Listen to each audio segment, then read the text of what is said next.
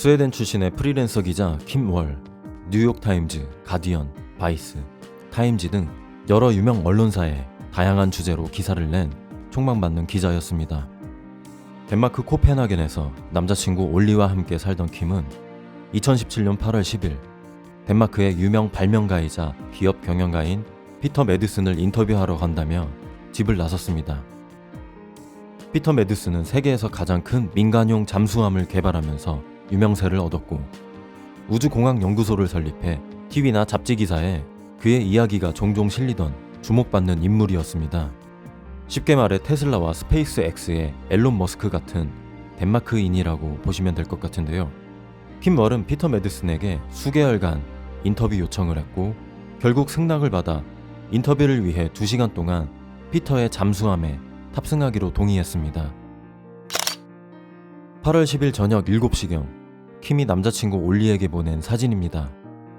출항 전 잠수함에 올라탄 킴과 피터의 모습인데 활짝 웃고 있는 킴의 모습은 편안해 보였습니다. 킴은 일주일 후 남자친구와 함께 덴마크를 떠나 중국 베이징으로 이사할 계획이었습니다. 킴은 올리에게 사진을 전송하고 문자를 주고받으며 잠수함의 행로도 알려주고 생애 처음 타보는 잠수함에서 들뜬 마음을 표현했습니다.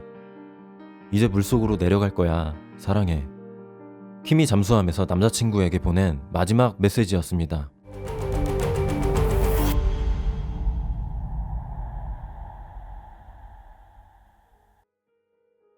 밤이 되었지만 킴은 집에 오지 않았습니다. 킴이 걱정된 올리는 부두에 가보고 자전거를 타고 근처를 모두 찾아봤지만 킴의 행방을 알 수 없었습니다. 피터 소유의 선착장에도 찾아갔지만 그 역시 보이지 않았습니다. 결국 올리는 새벽 1시 45분경 경찰에게 킴의 실종 신고를 했습니다. 킴의 행적을 조사하기 시작한 경찰은 새벽 4시경 해양구조센터로부터 킴과 피터가 타고 간 잠수함의 사고 가능성에 대해 통보받았습니다. 곧이어 수색 헬기와 배들이 코펜하겐 주변 바다를 수색하기 시작했습니다.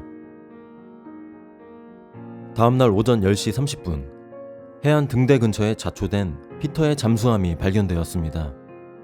낚시꾼과 해상구조요원의 도움으로 잠수함에서 나와 항구로 도착한 피터는 취재기자의 괜찮냐는 질문에 엄지를 세워 보여주었고 밸러스트 탱크의 결함으로 잠수함이 침몰했다고 말했습니다.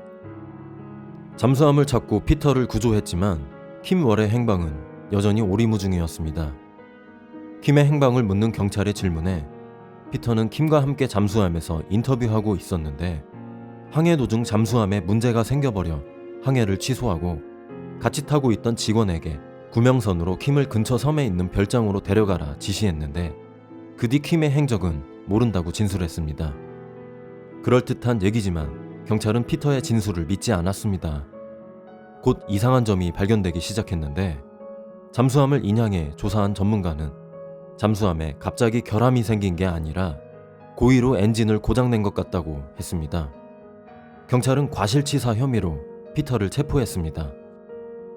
이틀 뒤 피터는 비공개 법정에 출두해 처음 진술과 다른 진술을 했습니다.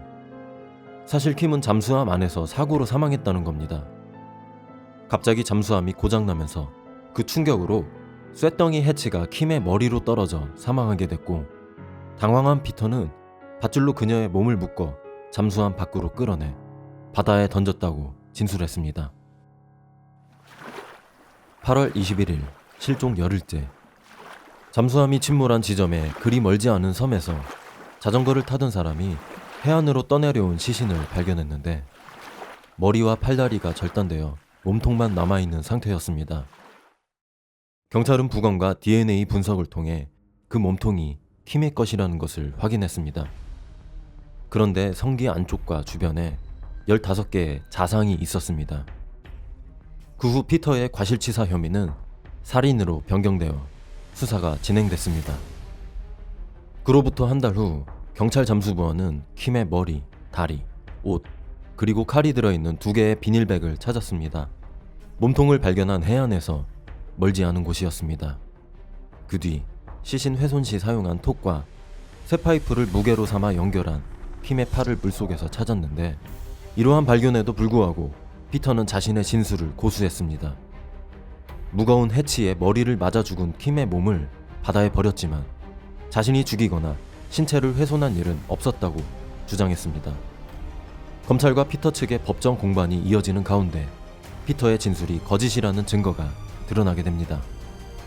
킴이 머리에 대한 검시 결과 둔기에 의한 외상 흔적이 발견되지 않아 머리를 맞아 죽었다는 것이 사망 원인이 될 수 없다는 소견이었습니다.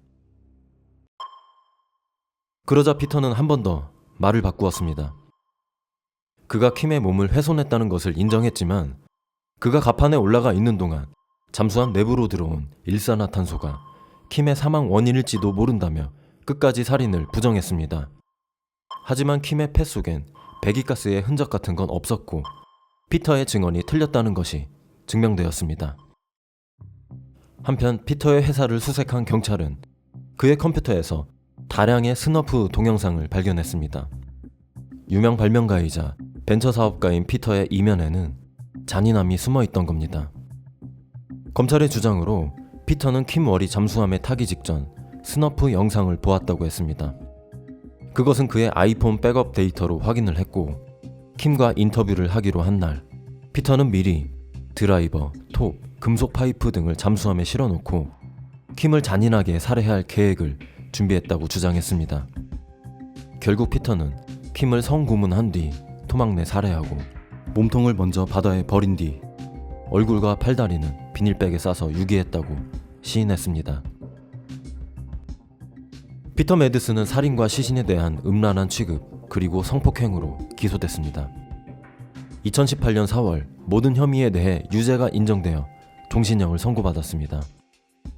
전문가들은 피터에 대해 진단하길 정신 이상이나 망상 같은 건 없지만 공감 결핍과 가학적 성향을 가진 자아도취적 사이코패스라고 했습니다. 경찰, 검찰, 법원의 유기적인 공조를 통해 증거를 수집하고 신속하게 사건을 해결한 덴마크의 행정과 사법 조치가 인상적인 사건이었습니다. 이번 이야기는 여기까지입니다. 무스는 무거운 이야기를 전해드리지만 제 이야기를 들어주시는 여러분은 언제나 안전하고 행복했으면 좋겠습니다. 여러분의 의견 댓글로 남겨주시고요.